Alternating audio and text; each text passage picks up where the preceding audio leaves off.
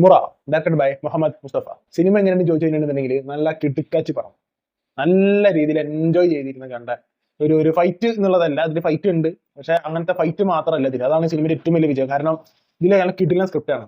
പക്ഷെ ഞാനൊരു സമയത്ത് ഒരു സെക്കൻഡ് ഹാഫ് ഒക്കെ ആകുമ്പോഴത്തേന് ഞാൻ ഈ ഒരു പ്രഡിക്റ്റബിൾ രീതിയിലാണ്. പക്ഷെ നമ്മൾ എന്താന്ന് വെച്ചിട്ടുണ്ടെങ്കിൽ നമ്മളൊരു സാധനം പ്രഡിക്റ്റ് ചെയ്യും, പക്ഷെ സിനിമ അവസാനിക്കുന്നത് അവിടെ അല്ല.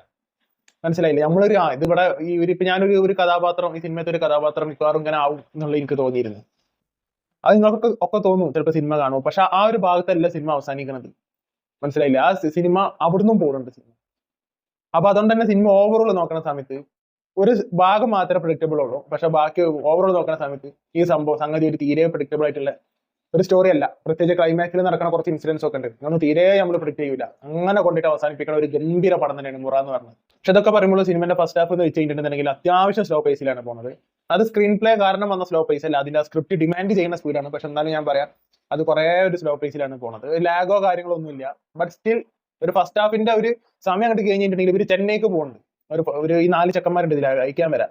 ഈ 4 ചെക്കന്മാർ ചെന്നൈയിലേക്ക് പോകുന്ന സമയത്ത് അവിടുന്ന് കുറച്ചൊരു സ്ലോ പേസിലാണ് ഒരു ടിപ്പിക്കൽ സാധനം, ഇങ്ങനത്തെ ജോണറിൽ വരുന്ന ഒരു ടിപ്പിക്കൽ സാധനം പോലെ ഫീൽ ചെയ്യുന്ന രീതിയിലാണ് ഒരു ഭാഗം സിനിമയുടെ ഫസ്റ്റ് ഹാഫിലത്തെ ഒരു ഭാഗം പോയത്. പ്രത്യേകിച്ച് ഫസ്റ്റ് ഹാഫ് ഒക്കെ അവസാനിക്കുന്ന സമയത്ത് ഇറ്റ്സ് ഫൈൻ, അങ്ങനത്തെ ഒരു ഫീല് മാത്രമേ ഫസ്റ്റ് ഹാഫിൽ കിട്ടിയിട്ടുണ്ടായിരുന്നുള്ളൂ. പേഴ്സണലി എന്റെ പേഴ്സണൽ അഭിപ്രായമാണ്. പക്ഷെ സെക്കൻഡ് ഹാഫിലാണ് കളി മൊത്തം മാറുന്നത്.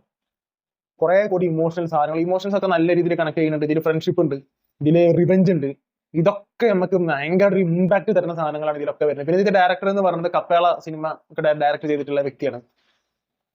മൂപ്പര ഡയറക്ഷൻ ഇതിൽ ഗംഭീരമാണ്. കാരണം ഞാൻ കപ്പേള കണ്ട സമയത്ത് എനിക്ക് തോന്നിയിരുന്നത് അത് തിയേറ്ററിൽ ഇറങ്ങാൻ ഡെഫിനറ്റ്ലി അത് ഹിറ്റ് ആവുമായിരുന്നു. ബട്ട് അൺഫോർച്ചുനേറ്റ്ലി അത് OTT സിനിമകൾ റിലീസ് ചെയ്യുന്ന ഒരു കാലമായിരുന്നു കോവിഡ് കാരണം.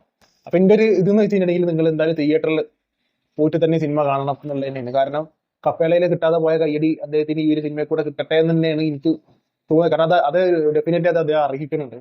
പിന്നെ ഇതേപോലത്തെ എന്താ പറയാ, ഒരു സ്ക്രിപ്റ്റ് ഞാൻ ഈ അടുത്ത കാലത്തൊന്നും കണ്ടിട്ടില്ല. കാരണം അത് ഭയങ്കര ഇമ്പാക്ട് വരുന്ന സാധനങ്ങളൊക്കെ. പിന്നെ നമ്മൾ അവസാനിക്കുമെന്ന് വിചാരിക്കുന്ന സ്ഥലത്ത് ഈ സിനിമ അവസാനിക്കണില്ല എന്ന് കൂടി പറയുന്ന സമയത്ത് ഈ സിനിമയുടെ റേഞ്ച് മൊത്തത്തിൽ മാറുകയാണ്. പിന്നെ ഇതിന്റെ പെർഫോമൻസ്, സ്വരാജിന്റെ കാര്യം അവിടെ നിൽക്കട്ടെ, ബാക്കി ഒരു 4 ചെക്കന്മാരുണ്ട്, തീപ്പൊരി അഭിനയം. പ്രത്യേകിച്ച് അതിൽ ഒരുത്തനുണ്ട്, അതിൽ ഒരു സമയം കഴിഞ്ഞിട്ടുണ്ടെങ്കിലും ഈ ഒരു സിനിമ മൊത്തം ക്യാരി ചെയ്യുന്നത് തന്നെയാണ്. അവന്റെ ഒരു അഭിനയം എല്ലാവരും കടത്തിവിട്ടിച്ച് ചെക്കന് അമ്മാതിരി പെർഫോമൻസ്. ഈ 4 ചെക്കന്മാരും എല്ലാവരും നല്ല പെർഫോമൻസ് ആണ്. പക്ഷെ അതിൽ ഒരുത്തന് മാത്രം അതിൽ ആ സിനിമ ഒരു സമയം കഴിയണ സമയത്ത് ആ സിനിമ മൊത്തത്തിൽ അവനാണ് ക്യാരി ചെയ്യുന്നത്. മനസ്സിലായില്ല? ഒരു ലീഡ് റോൾ എങ്ങനെ ഒരു സംഭവം ചെയ്യുക, അതേപോലെ ഇതിന്റെ ഒരു ക്യാരക്ടർ. ഞാൻ ആരാ എന്താണെന്ന് പറഞ്ഞില്ല, ആൾക്ക് നിങ്ങൾ സിനിമ കാണുമ്പോൾ നിങ്ങൾ മനസ്സിലാക്കിയാൽ മതി. അങ്ങനെ ഒരു സിനിമ പോകുന്നുണ്ട്. ഭയങ്കര എന്ന് വെച്ചിട്ടുണ്ടെങ്കിൽ ഭയങ്കര അഭിനയം. പ്രത്യേകിച്ച് മുഖത്ത് ഇങ്ങനെ ചോരായിട്ട് ഇങ്ങനെ കത്തി പിടിച്ചൊക്കെ ഓടി വരുന്നൊക്കെ അങ്ങനത്തെ കുറച്ച് സാധനങ്ങളുണ്ട്. പിന്നെ ഇതിലെ വയലൻസ് ഉണ്ട്. വയലൻസ് ഇൻ ദി സെൻസ് ഒരു സമയം വരെ കുത്തുന്നത് കൊല്ലുന്നത് അങ്ങനത്തെ ഒരു വയലൻസ് ഉണ്ടായിരുന്നു. പക്ഷെ അതിലൊരു സീനുണ്ട്, വളരെ ബ്രൂട്ടൽ ആയിട്ടുള്ള ഒരു വയലൻസ് ഇതിലൊരു സീനിൽ വരുന്നുണ്ട്. അത് മാറ്റി നിർത്തിയാലേ നമ്മൾ ഒരു കത്തിയിട്ട് കുത്തുന്നത് ദ്വാരത്തിരിക്കണം, അങ്ങനത്തെ വയലൻസ് ഒക്കെ തന്നെ ഉള്ളൂ. പക്ഷെ ഒരു ഭാഗത്ത് ഒരാളെ കൈ ഇങ്ങനെ മുറിക്കണൊക്കെ സീനുണ്ട്. അതൊക്കെ അങ്ങനെ എടുത്ത് വെച്ചിട്ടുണ്ട്, ബ്ലർ ചെയ്യുക സംഭവങ്ങളൊന്നുമില്ല. അപ്പൊ അങ്ങനെ. പിന്നെ അതേപോലെ തന്നെ സ്വരാജ് പൊതുവെ എനിക്ക് തോന്നിയിട്ടുള്ളത് ഇങ്ങനത്തെ ഒരു ഹെവി ക്യാരക്ടർ ചെയ്യണ സമയത്ത് സ്വരാജ് ഇപ്പം ഞാൻ പറയാം, ഇപ്പൊ ഹിഗിറ്റ എന്ന് പറഞ്ഞ സിനിമ അദ്ദേഹം ചെയ്തിരുന്ന സമയത്ത് ഒരു എവിടേക്കോ ഒന്ന് കയ്യിൽ നിന്ന് പോണ തോന്നിയിട്ടുണ്ടായിരുന്നു.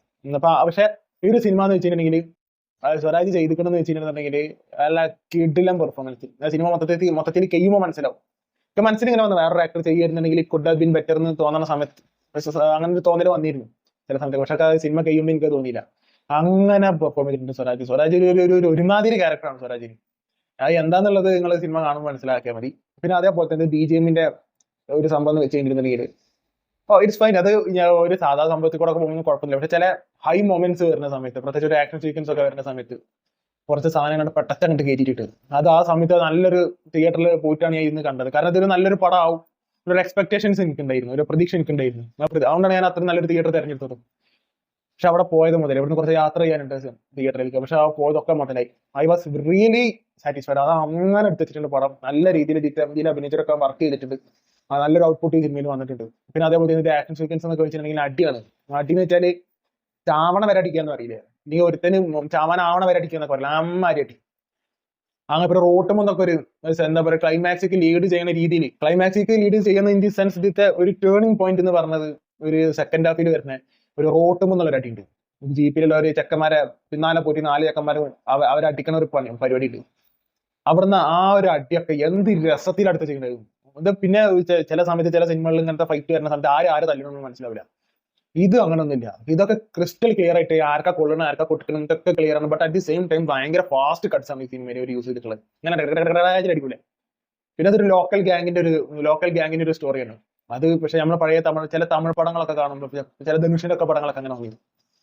അങ്ങനത്തെ ഒരു ഫീല് ഒരു സിനിമ തരും. ഞാൻ പറഞ്ഞത് പ്രതീക്ഷ ഉണ്ടായിരുന്നു ഇത് ഇത്രയും നല്ലൊരു പ്രൊഡക്റ്റ് ആവുന്നു ഞാൻ ഒരിക്കലും വിചാരിച്ചിട്ടുണ്ടായിരുന്നില്ല.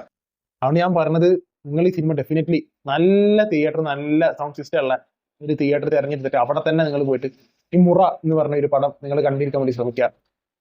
പിന്നെ ഒന്നാമത് ആ ഡയറക്ടറിന് ഒരു കയ്യടി കിട്ടേണ്ടത് OTT കൂടെ ആയിപ്പോയി. ഈ പ്രാവശ്യം അത് തിയേറ്ററിൽ കൂടെ കൊടുക്കണം എന്നുള്ളത് തന്നെയാണ് ഇതിന്റെ എന്താ പറയാ, ഒരു അഭിപ്രായം. നിങ്ങൾക്ക് വേണമെന്നുണ്ടെങ്കിൽ പോയി കാണാം, അതൊക്കെ നിങ്ങളുടെ ഇഷ്ടമാണ്. പക്ഷെ ഈ സിനിമ നിങ്ങൾ കണ്ടിരിക്കാൻ വേണ്ടി ശ്രമിക്കുക എന്നുള്ളതാണ് എൻ്റെ ഒരു സജഷൻ. അപ്പൊ നിങ്ങൾ സിനിമ കണ്ടിട്ടുള്ള ആൾക്കാരാണെന്നുണ്ടെങ്കിൽ താഴെ കമന്റ് ബോക്സിൽ അഭിപ്രായം കൊടുക്കുക. Signing out.